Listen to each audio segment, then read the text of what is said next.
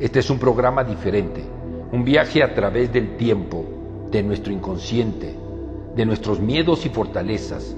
Es el momento de resolver lo que tenemos pendiente en nuestra vida. Sígueme. Vamos a hacer realidad nuestros sueños. Viajemos al lugar donde todo es posible. Juntos lo vamos a lograr. No hay opción. Sin límites, te sorprenderás de lo que puedes lograr. Amigos, ¿cómo están? Buenos días. Aquí estamos en su programa Sin Límites de la plataforma Orbe Network. Mi nombre es Jaime Delgado Orea y como todos los lunes, les contaré historias y seguramente las historias les darán ejemplos de las cosas que pueden pasar con la magia, con la mente, con este tipo de experiencias. Hoy quiero hablar sobre la reencarnación. ¿Existe o no existe? Me es muy difícil defenderla, aunque la creo al 100% por todo lo que he vivido, pero cuando no tienes las pruebas en la mano, es difícil defender una situación como esta. Sin embargo, hay libros que hablan sobre esto. Por ejemplo, hay un libro, no recuerdo el nombre, sí, que habla sobre un científico que se dedicó a darle seguimiento a personas que decían que habían reencarnado.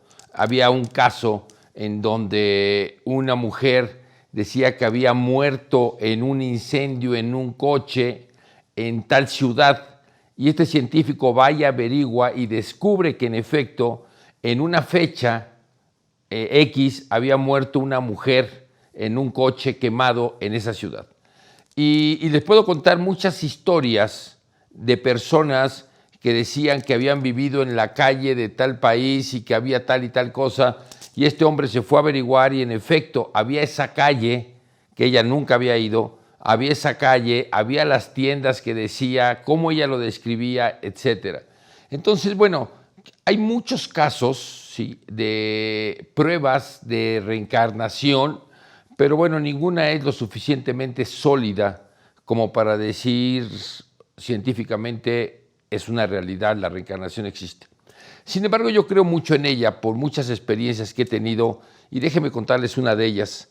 Iba a haber un seminario en Tlaxcala, en un edificio que es un centro cultural de Tlaxcala muy bonito, ha de haber sido una fábrica antigua de telares o alguna cosa de estas, y Maribí de Teresa iba a traer a la mejor evidente que había en América, que se llamaba Ann Armstrong.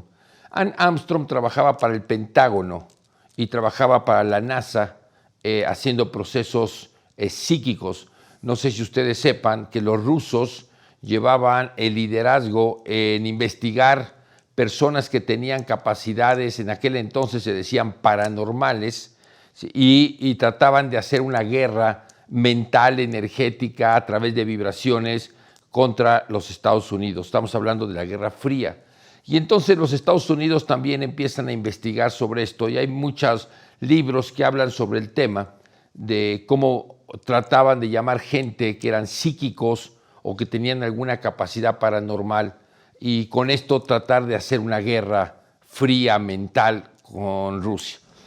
Ann Armstrong es una mujer que cuando viene a México pues tendría 70 y tantos años. Sin embargo, era bajita, como un duendecito, canosa, y caminaba así toda rápida y toda nerviosa. O sea, de ninguna manera era el cuerpo de una mujer de casi 80 años, sino podría ser el cuerpo de una mujer de 50 años en su movimiento, agilidad, juventud, etc. Llega a México y en aquel entonces yo era asesor de un secretario de Estado y cerca del lugar donde estábamos está una zona arqueológica muy famosa en México que se llama Cacaxtla. Esta zona es una zona muy bonita y le pido permiso al secretario que si él me podía ayudar a conseguir un permiso de noche para que fuéramos con Ann Armstrong. Imagínense ustedes la oportunidad de tener una de las mejores videntes del mundo y ir a un lugar como Cacaxtla y vivir una experiencia. El secretario, que era, le daba yo asesoría, era mi alumno, me dice con muchísimo gusto, habla por teléfono y consigue que nos dejen entrar tal día en la noche. Pues entonces dije, ¿cuántos vamos? Me preguntan cuántos vamos y yo digo, vamos alrededor de 12 y yo escojo entre la gente que estábamos en el grupo tomando un curso de evidencia, ¿sí? La gente que estábamos en el grupo, entonces escojo yo a 11 y los invito para ir a ese lugar. Pues resulta que a la mera hora que salimos, de los 11, ninguno pudo o no fue o algo pasó. Y llegaron otros 11, salvo mi hermano y yo, de toda la gente que yo había escogido, ninguno fue. Y llegaron otros que se pegaron, que venían con el otro, y sumábamos finalmente 11 más a Ann Armstrong. Bueno, pues llegamos ahí, y nuestra sorpresa es que el director de Cacaxtla, pues pensando que veníamos con extranjeros, porque sabían que veníamos con un agente de la NASA, pues preparó mesas y preparó ganapés y bebidas, y creo que había champaña o vino, una cosa así. Pues ellos pensaban hacer un tour y llevaban el arqueólogo para darnos un tour por el lugar, y pues llegamos y le dijimos, pues no se trata de esto, sí nos comimos los ganapés, sino que al contrario, queremos ir solos y Ann Armstrong nos dirá en qué parte. Pues ella estuve viendo ahí, dijo, aquí. Nos fuimos todos y ella empezó a hacer una serie de movimientos en donde ella se movía, era como un tai chi, hagan de cuenta, y empezaba ella como a balbucear y de repente entraba en trance. Entonces nos dijo, hagan un círculo, tómense de las manos, y entonces empieza ella a describir, este es el lugar donde se hacían tal y tal cosa, y en efecto, de acuerdo a la historia, eso es lo que sucedía en Cacaxtla. Y empieza a describir una ceremonia y unas danzas, y bueno, y que llegaban seres, y fue muy impresionante para mí, porque yo recuerdo que tanto mi hermano como yo hablábamos, no sé los demás porque no les pregunté, pero sentíamos escalofríos, sentíamos la presencia de seres o de personas y volteábamos así como airecitos, pero junto al airecito es un escalofrío. Hoy día, después de tantos años, porque le estoy hablando de 1997 tal vez, 96, ¿sí? Después de tantos años yo ya sé que un escalofrío, ¿qué significa? O sea, cuando aparecen los seres, etcétera. Pero en ese momento pues no sabíamos, y mi hermano y yo nerviosos con tanto escalofrío, agarrados de la mano, y Ann Armstrong iba narrando todo, y nosotros teníamos los ojos cerrados, y había veces que cuando Ann decía algo, nosotros ya lo habíamos visto antes, ya nos dábamos cuenta de lo que estaba pasando. Esto significa que nosotros estábamos viendo lo mismo que estaba viendo ella. Bueno, pues estamos ahí alrededor de una hora, con una serie de experiencias, y una de las cosas que dice de repente, entre las personas que están aquí, hay dos que fueron los arquitectos de este lugar.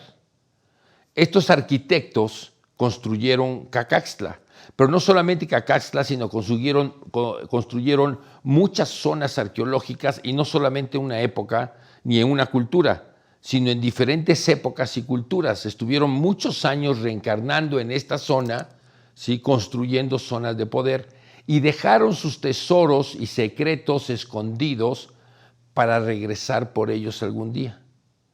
Y todo el mundo, no sé si alguna vez les ha pasado a ustedes, pero todo el mundo éramos, ¿seré yo maestro? En este pensamiento, yo estaba en esa época, en esa etapa de mi vida energética, espiritual, en donde quieres ser tú el que te señalen y digan, sí, sí eres tú, ¿no? Entonces ya te sientes muy importante. Y resulta pues, que no dijo quiénes fueron y ya. Terminó la ceremonia, nos despedimos del director, le dimos las gracias, nos echamos una copita de vino con él y nos fuimos. Y veníamos en el coche, y en el coche iba yo manejando, venía Ann Armstrong, venía mi hermano y venía la gente que había traído a Ann Armstrong, que era como la amiga, el contacto, ¿no? Veníamos los cuatro y venía yo manejando, y de repente Ann Armstrong estaba así en silencio y dice, los dos arquitectos que construyeron Cacaxtla, me dice, eres tú y tu hermano. Déjeme contarles, mi hermano es un vidente natural, desde niño es vidente. En el año de 1998 se fue a vivir a Europa, a Barcelona, y empezó a conocer gente y a hacer lecturas. Hoy día tiene una masía de 47 hectáreas a una hora de Barcelona. Se casó con una italiana, tiene una casa preciosa en Brindisi, que es el sur de Italia, y se dedica a dar lecturas y dar cursos en manejo de energía en Europa desde hace 23 años, ¿no? Tiene unas gemelas, en fin, cuatas, no son gemelas. Bueno, pues resulta que mi hermano le encanta ahí en esta mesía que tiene, es una mesía muy vieja, le encanta escarbar y da cursos y se lleva a sus alumnos alemanes, suizos, y escarban y construyen. De verdad, él es entre ingeniero, arquitecto y albañil. Le gusta mucho. A mí no. Yo no soy de estarme metiendo a cargar las piedras y hacer, no es lo mío. Yo prefiero, más bien, me gusta diseñar espacios energéticos, pero como diseño, como figuras, como cómo voy a utilizar la energía de la Tierra, ¿no? Entonces es como una arquitectura del siglo siguiente, donde estoy tomando en cuenta todas las características, ¿no? Estudié Feng Shui durante algún tiempo, hace muchos años, y bueno, esa es mi visión, mi interés. Mi hermano es mucho más de manos. Entonces dice Anne Armstrong, ustedes dos fueron los arquitectos de estas zonas arqueológicas y ustedes regresarán a buscar la información. Bueno, pues entonces yo iba manejando y decía, wow, qué emoción, voy a regresar por los tesoros. En aquel entonces yo dije, no, pues los tesoros son, pues va a haber joyas, oro, brazaletes, qué sé yo, y pues no, realmente nunca encontré nada de eso. Pero sí encontré otro tipo de tesoros.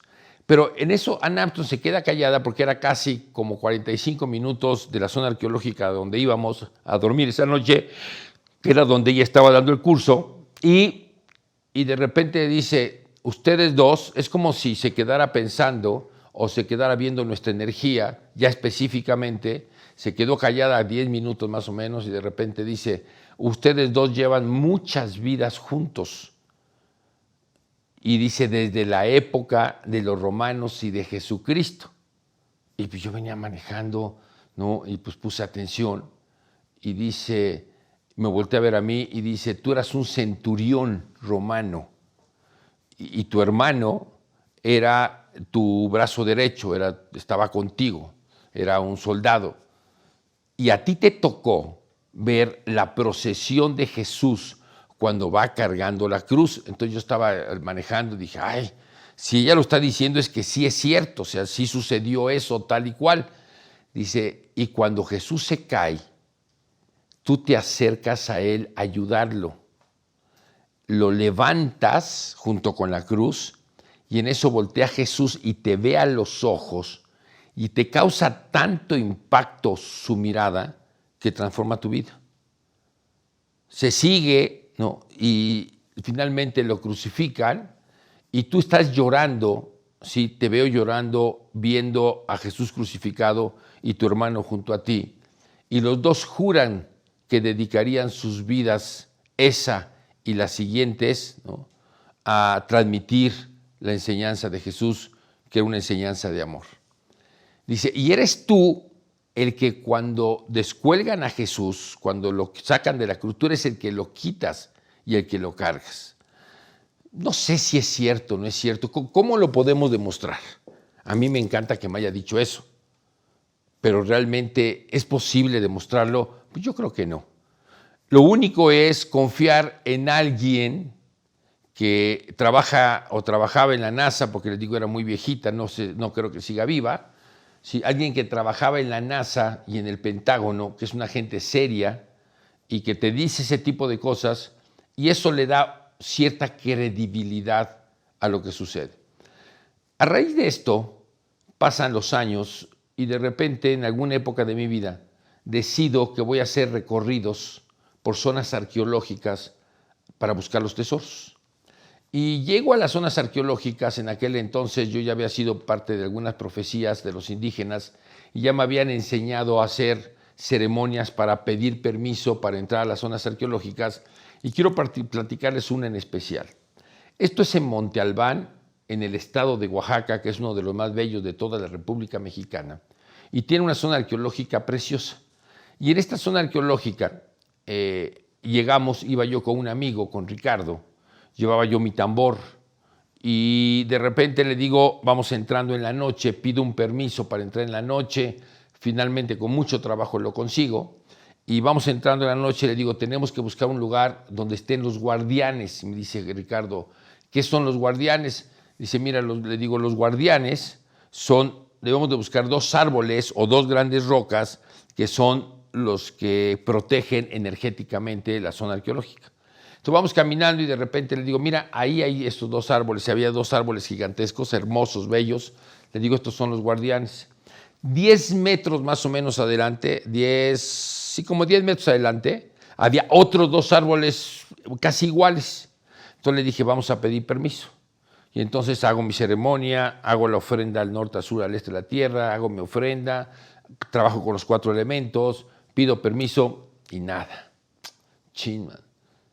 Pues, ¿qué hacemos? O sea, porque el permiso da una señal, algo sucede, como que, pues que a lo mejor cae un trueno, a lo mejor llueve en ese momento, a lo mejor hay viento, a lo mejor canta un ave, a lo mejor aparece una serpiente, algo, hay una señal.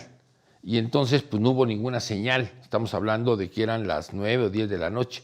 No hubo ninguna señal. Y entonces empecé a tocar mi tambor. Tan, tan, tan, tan, y empecé a cantar canciones indígenas. ¿Sí? Y ¿cuál cantaba esa vez? Bueno, unas canciones indígenas. Y de repente, pues no pasa nada. Y en eso veo caminar a un hombre. O sea, yo estaba sentado meditando con mi tambor para que nos dejaran entrar, porque si no entras como turista y no pasa nada, ¿no?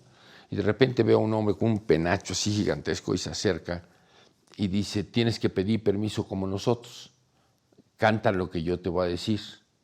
Y entonces empiezo a cantar, que por ahí tengo escrita esa canción, y con mi tambor tocando, y voy repitiendo lo que él me va diciendo, y voy cantando, y le digo a Ricardo Palacios, le digo, Richard, canta conmigo lo que yo diga, ok. Entonces yo cantaba, y él cantaba, y yo cantaba, y él cantaba, y estábamos cantando, y en eso se suelta un viento, pero un viento de esos que son capaces de tirar un árbol, ¿no? Pero el viento estaban los dos árboles aquí, y el viento estaba aquí. No nos tocaba a nosotros, lo veíamos, veíamos cómo el árbol se hacía así, las hojas, se oía el viento, y entonces dice el guardián que me había dictado la canción, dice, pueden pasar. Entonces me levanto, empezamos a caminar, y en el momento en que empezamos a caminar, un viento así, pero fortísimo, y llegamos hasta donde estaban los otros árboles, más o menos 10 metros adelante, y en ese momento, ¡fum!, desapareció el viento cuando pasamos los árboles. O sea, el viento solamente estaba entre estos árboles, estos dos guerreros, los dos guardianes, y estos otros dos guardianes. Aquí es donde corría el viento nada más. Pasamos ahí, y cuando pasamos, lo que yo veo dos filas de guerreros así, formados, y todos, y se oían las caracolas, y se oían los teponostles, creo que se llaman, esos tambores grandototes de totón, totón, totón, totón, totón, ¿no? Y entonces nosotros empiezan a gritar ya como una fiesta, y le digo, Ricardo, ponte atrás de mí, y vamos caminando los dos, el cuate que me había dictado la canción va delante de mí, y vamos caminando, y ustedes no saben esa primera experiencia de vida, que es ver, no se ve tan claro, yo no veo tan claro por lo menos como te puedo ver a ti o puedo ver la televisión, no es tan nítido todo es un poco borroso, ¿sí? Como en pasteles, en colores pasteles o como transparentón, pero se ve bien, se ve claro, se ve hasta los rostros. Y entonces vas caminando y vas viendo que todos los guerreros estaban cantando y llegamos ahí al centro de la plaza el mayor ahí de Monte Albán y me dicen, siéntate, había una piedra, ¿no? Y entonces pues voy y me siento en la piedra y me recargo y me dicen, esa piedra, no, es la piedra sagrada que trajimos no sé de dónde y que tiene tal y tal y tal poder. Y de repente pues llegan seres, hombres y mujeres, vestidos a la usanza antigua, pero con oro y con una serie de cosas, y empiezan a cantarme, a decirme cosas, y de repente salen guerreros, estos que estaban formados cuando yo entro, y empiezan a danzar todos, pam, pam, pam, pam, pam, tan, tan, tan, tan, y el tambor, ¿no? El xoconostle, tatun, tatun, tatun, tatun, tatun, tatun, un tamborzota así, pero no era uno, eran muchos, los caracolas sonando y todos los guerreros danzando enfrente de mí. Bueno, lo primero que me dijeron cuando yo me siento ahí, me dijeron, Señor, tú fuiste gobernante de esta tierra, te estábamos esperando para entregarte tus regalos. Cuando me dicen para entregarte tus regalos, yo pensé que iba a aparecer un penacho, iba a aparecer un brazalete, qué sé yo. Y no, los regalos eran información, era enseñanza, eran decirme cómo vivían en aquel entonces y cosas de poder y, en fin, una serie de cosas. El chiste es de que todo este proceso nos tardamos más o menos, ¿qué serán? 2 horas. 2 horas. Richard estaba muy asustado de repente, pues porque él no veía nada, yo le iba describiendo todo, y dice, yo nada más sentía escalofríos y que me tocaban, y decía, y me daba miedo. No, pues estábamos, ya eran las 11 de la noche, una cosa así, y bueno, salimos. Como esta les puedo contar muchas otras aventuras de reencarnación, ¿no? Pero lo importante es saber de que existe una vida antes de nosotros y tal vez otra y otra y otra y otra. Las enseñanzas sobre reencarnación dicen diferentes cosas. Algunos dicen que necesitamos vivir como 1000 vidas, y no es cierto, no es posible, porque si la humanidad tiene 7700 años, y si le calculamos un promedio de cada 100 años, 3 generaciones, suponiendo que vivieran 30 años, porque ustedes recuerden que antes la gente vivía poco, pues quiere decir que en un año, pues lo más que puedes tener, de 50 años, si fueran 20 personas por cada 1000 años, 20 personas por cada 1000 años, y tenemos 7700 años, pues entonces estamos hablando de ¿cuántas? De 400 vidas, 500 vidas máximo, no daríamos para más, y eso sí, te mueres y regresas, y si viviste 50 años, ¿no? Entonces, no sé, otras teorías de la reencarnación dicen que vivimos 150 años, en fin, 150 vidas, que necesitamos muchas vidas para poder pasar y aprender todo lo que tenemos que aprender de la humanidad. Pero bueno, vamos a hablar, déjenme continuar y conectar la parte de reencarnación con otras cosas. ¿Cómo se puede conocer otras vidas? ¿Hay técnicas? ¿Hay formas de llegar? Sí, sí las hay.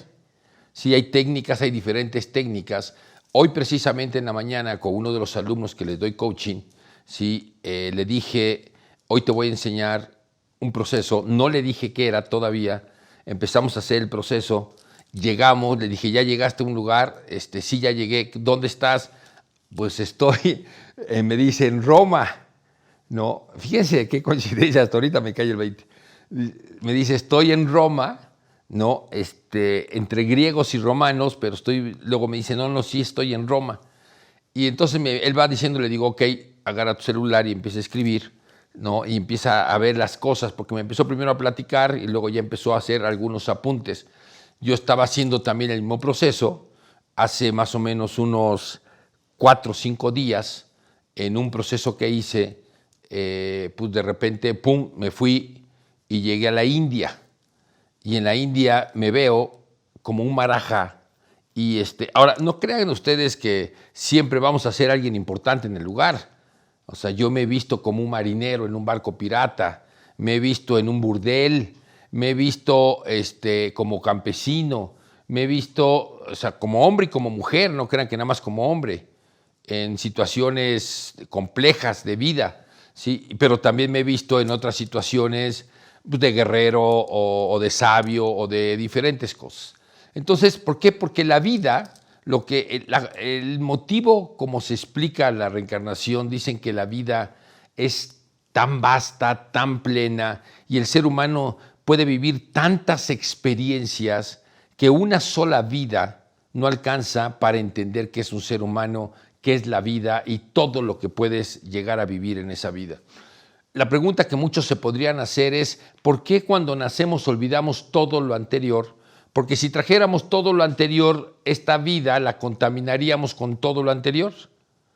Entonces, el punto está en que el chiste es de que llegues completamente vacío a la nueva vida para que vivas una nueva experiencia. Porque no es lo mismo aquel que vivió en alguna corte, ¿no?, de algún palacio en alguna época y que desde niño pues vivió bajo todo este lujo y todo lo que representa esa vida, y que en otra vida nace como campesino. Yo le preguntaba, el Dalai Lama decía que de acuerdo a lo que tú habías hecho, ¿no?, esto lo dijo en una sesión que nos dio, a lo que habías hecho en tu vida, ¿sí?, es lo que tú ibas a cosechar en la siguiente vida. Esta reunión fue una reunión muy interesante, ya la platiqué cuando hablo del Dalai Lama, en donde estaban todos los representantes del budismo de México, estaban en esa reunión, y yo, no me había metido esta Mary Sloan, me había metido a que yo estuviera en esa reunión. Y entonces dije, pues yo voy a aprovechar, y en la enseñanza yo se hice preguntas, y una de las preguntas que le dije es, ¿por qué la gente nace en vacío cuando podrían traer la experiencia de la vida anterior? Entonces él me explica, me dice, porque de esa manera puedes vivir la riqueza de una nueva vida. Entonces, este niño que nació en la nobleza, en otra vida nace en un lugar pobre, es otra experiencia totalmente diferente. Y en otra vida es mujer, ¿no? Y en otra vida nace en Grecia, y en otra nace en Cuba, y en otra nace en Estados Unidos. Son vidas completamente diferentes, las experiencias son completamente diferentes. Lo que vives, lo que sientes, y se supone que el ser humano debe de pasar por todos lados. Tienes que haber sido bueno o malo. A mí me decía uno de mis maestros en chamanismo, Carlos de León, a quien admiro muchísimo, ojalá y esté bien, hace muchos años que no sé de él, me decía Carlos de León, tenía 12 alumnos y dijo, uno de ustedes se va a ir porque es un alma joven y lo que yo les voy a enseñar son para personas que ya en sus vidas pasadas ya estuvieron del lado de la oscuridad. Y ya lo que les enseñe en las siguientes vidas lo van a utilizar a favor de la humanidad. Y dice, ya, pero hay uno aquí que lo que le enseñe lo utilizaría en otras vidas para el mal o para la oscuridad, ¿no? Entonces dice, pero bueno, se va a ir pronto. Y en efecto, uno de los participantes, como 2 o 3 sesiones después, dejó de asistir y nos quedamos solamente 11 alumnos con él aprendiendo chamanismo. Y esto quiere decir de que en las vidas, de acuerdo a la reencarnación, en las vidas nosotros vamos a vivir todas las experiencias que sean posibles. Es como si ahorita ves cuántas carreras hay en la universidad, cuántos países hay hombres y hay mujeres, hay homosexuales, hay gente muy rica, gente muy pobre, niños que mueren muy jóvenes, personas que viven muchísimos años. Todo eso hay que vivirlo, porque en las leyes de la energía, diferente a las leyes de las religiones o las leyes de los gobiernos, no existe el bien y del mal, existen las experiencias. Porque recuerden la figura del yin y del yang, que la misma figura lo que representa que es el equilibrio de las dos fuerzas. O sea, no podría haber un equilibrio si no hubiera dos fuerzas. Hay día y hay noche, hay bien y hay mal. Entonces, así es en todo. Es la contrapolación de las fuerzas contrarias para que exista un equilibrio de las cosas. Yo recuerdo que cuando los maestros de Chandela me mandan a hacer sanaciones, yo venía de aprender de una escuela de chamanismo, cómo sanar, y en la escuela de chamanismo siempre te decían, ten mucho cuidado con los demonios que saques, porque se te pueden pegar. Y en todas las escuelas que iba yo de este tipo de energía, me decían, cuidado con los demonios. Y cuando llego con los maestros de Chandela, en la primera sanación que hago, aparece un demonio y yo inmediatamente lo quiero destruir y me dice el maestro que estaba junto a mí, me dice, no, él es también un ser hijo del Creador que vino a cumplir la misión que le correspondía. Y me dice, vas a decir este verso, a ti ser de oscuridad, el Padre te agradece todo lo que has hecho por esta persona. Es el momento que regreses a la luz con él. No tengas miedo, no te voy a lastimar. Y entonces este maestro de Chandela, el maestro de la sanación, me enseña una figura que se llama transmutador. Y entonces me dice, haz la figura, que son como 2 pirámides y un rectángulo, unidas por un rectángulo, y mete a este ser dentro de esto y dile el pensamiento, la frase. Entonces hago este movimiento con esta figura geométrica, digo la frase y empiezan a convertirse el ser, que era como una gárgola, ¿no? Empieza a convertirse en partículas de luz y de repente, ¡pum!, se convierte en una paloma de luz y sale por la ventana de mi oficina. Fue mi primer sanación.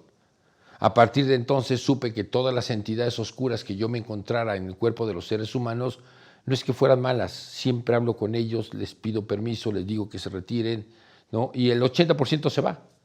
Hay un 20% que ya tiene raíces dentro del cuerpo de esa persona, esas raíces le podemos llamar metástasis, ¿no? Y no se quieren ir porque se alimentan de las emociones de las personas. Todos los seres oscuros se alimentan de las emociones oscuras de las personas y todas las personas oyen a estos seres y estos seres son como una voz que te está diciendo, sí, sí, enójate, sí, sí, haz esto, sí, sí, haz lo otro, porque cuando tú cometes ese error y te enojas y gritas, insultas, ofendes, lo que sea, es cuando produces la energía oscura y es de lo que ellos comen. Y entonces de repente tú ves que un ser oscuro, que a lo mejor era de este tamaño, pues lo vas engordando, engordando, engordando, y yo le he podido quitar a las personas. El ser oscuro más grande que le he quitado a una persona era la cabeza del tamaño de la habitación, la cabeza. Y adelante de mí iba un chamán que me pidió que lo ayudara y que no había podido acabar con ese ser oscuro que traía una persona, y de repente vamos caminando en un salón y el chamán va delante de mí, como unos 4 metros, yo voy atrás, y de repente del cuarto de terapia aparece la cabeza de un demonio espantoso, nos ve y se nos abalanza. El chamán también era vidente y también lo ve, se queda parado, el demonio se detiene con él y el chamán se hace pipí. Pero pipí de que era una alfombra y mojó la alfombra y era de mi oficina, entonces ensució ahí, se hizo pipí del escalofrío de miedo que le dio. Se viene el demonio contra mí, me atraviesa 1 y 2 veces, ¿sí? A mí afortunadamente no me dan mucho miedo, y entonces me atravesó, me seguí caminando, el chamán se quedó ahí como petrificado, entré al cuarto donde estaba una señora de paciente y le dije la oración, que se fuera, y no se fue. Y entonces saqué una espada que me dieron los maestros de Chandela también, saco mi espada y empiezo a combatir con él hasta que lo venzo. Y entonces ya vencido, ¿no?, lo hago pedacitos y entonces lo transmuto y lo mando a la luz, ¿no? Entonces son historias que puedes creer, puedes no creer, no es importante. Lo importante es que te las cuento únicamente porque sucedieron, así fue. Pero entonces le pregunto yo al Dalai Lama, le digo, a ver, usted dice de que uno va a nacer en el lugar, de acuerdo a esta vida, a lo que tú viviste en la siguiente vida. Esto quiere decir, esto se le llama el karma. Si tú fuiste un hijo de la fregada y un delincuente y un matón y hiciste mucho daño, y un narco, etcétera, etcétera, en la siguiente vida tú vas a nacer y vas a sufrir mucho porque tienes que pagar tu karma, ¿no? Y entonces, pues, ok, eso es el karma y esto es la reencarnación. Y cuando le digo, él decía, pues de que el karma se tenía que pagar, ¿no? Porque hablaba de la reencarnación y hablaba del karma. Y que por eso en esta vida teníamos que ser buenos, porque en la siguiente vida, si no habíamos sido buenos, íbamos a pagar. Y que la gente que ahorita le estaba yendo mal en la vida es porque estaba pagando lo que había hecho en otras vidas. Y entonces le hice una pregunta, le dije, su santidad, entonces, ¿cómo explica que si el Tíbet era un país cerrado hacia toda la gente de afuera y todo el mundo vivía en la espiritualidad máxima y era el país más espiritual del planeta, ¿cómo explica su santidad de que llegaron los chinos y mataron a cantidad de lamas? Pues no solo los mataron, los hicieron sufrir, hacían que los niños mataran a sus padres, hacían cosas espantosas, espantosas. Entonces, ¿qué pasa con el karma?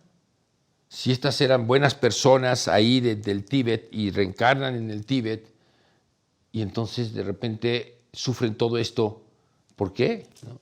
La respuesta del Dalai Lama fue muy chistosa, poco creíble desde mi punto de vista, pero pues, fue una buena respuesta. Me dijo, lo que pasa, pero además él la hizo en broma, dice, lo que pasa es que la gente del Tíbet, ¿no?, que había vivido bien, sabía que iba a pasar algo en el Tíbet y decidieron irse mejor a nacer a otros países. Y las gentes de los países que habían hecho el mal dijeron, para que no nos vaya mal en la siguiente vida, pues vámonos al Tíbet, que ahí todo está padrísimo, increíble y pura santidad, y me la libro, ¿no? Y resulta que cuando se vienen aquellos, pues llegan los chinos y pagan lo que tenían que pagar, y estos que habían sido muy buenos en esa vida, pues se van a Europa o al occidente y tienen una vida mejor, ¿no? Bueno, la pregunta aquí, el único comentario es que en aquel entonces cuando los chinos, que fue 1900, ¿qué habrá sido? Como en los 70s, la invasión de China a Tíbet, 70s, 80s, pues realmente antes de eso no se conocía Tíbet. Y un delincuente pues, no sabía ni que existía Tíbet. Tíbet era ahí algo que estaba encerrado en las montañas y que no tenía ningún tipo de relación internacional con ningún país. Entonces, ¿cómo alguien iba a decir yo me quiero ir a vivir a Tíbet, ¿no? Además, con una vida inhóspita, con un frío tremendo, etc. Bueno, finalmente son respuestas y podemos tener un pensamiento sobre esas respuestas, favor o en contra o de duda, como sea, ¿no? Bueno, termino diciendo de que finalmente la reencarnación es la capacidad de vivir experiencias. Por eso siempre digo que nosotros no venimos a evolucionar. Nosotros vivimos a venir a experimentar, a descubrir la vida. Ese es el sentido de la vida. Vivir esta etapa de tu vida con todas las características, y no hay situaciones malas o buenas. Hay situaciones que nos gustan más y otras que nos gustan menos. Pero también tenemos que disfrutar o vivir o entender o sentir o todo junto lo que tú estés viviendo en la vida que te corresponda vivir. Bueno, amigos, pues nos vemos, si no en esta vida, en la próxima vida.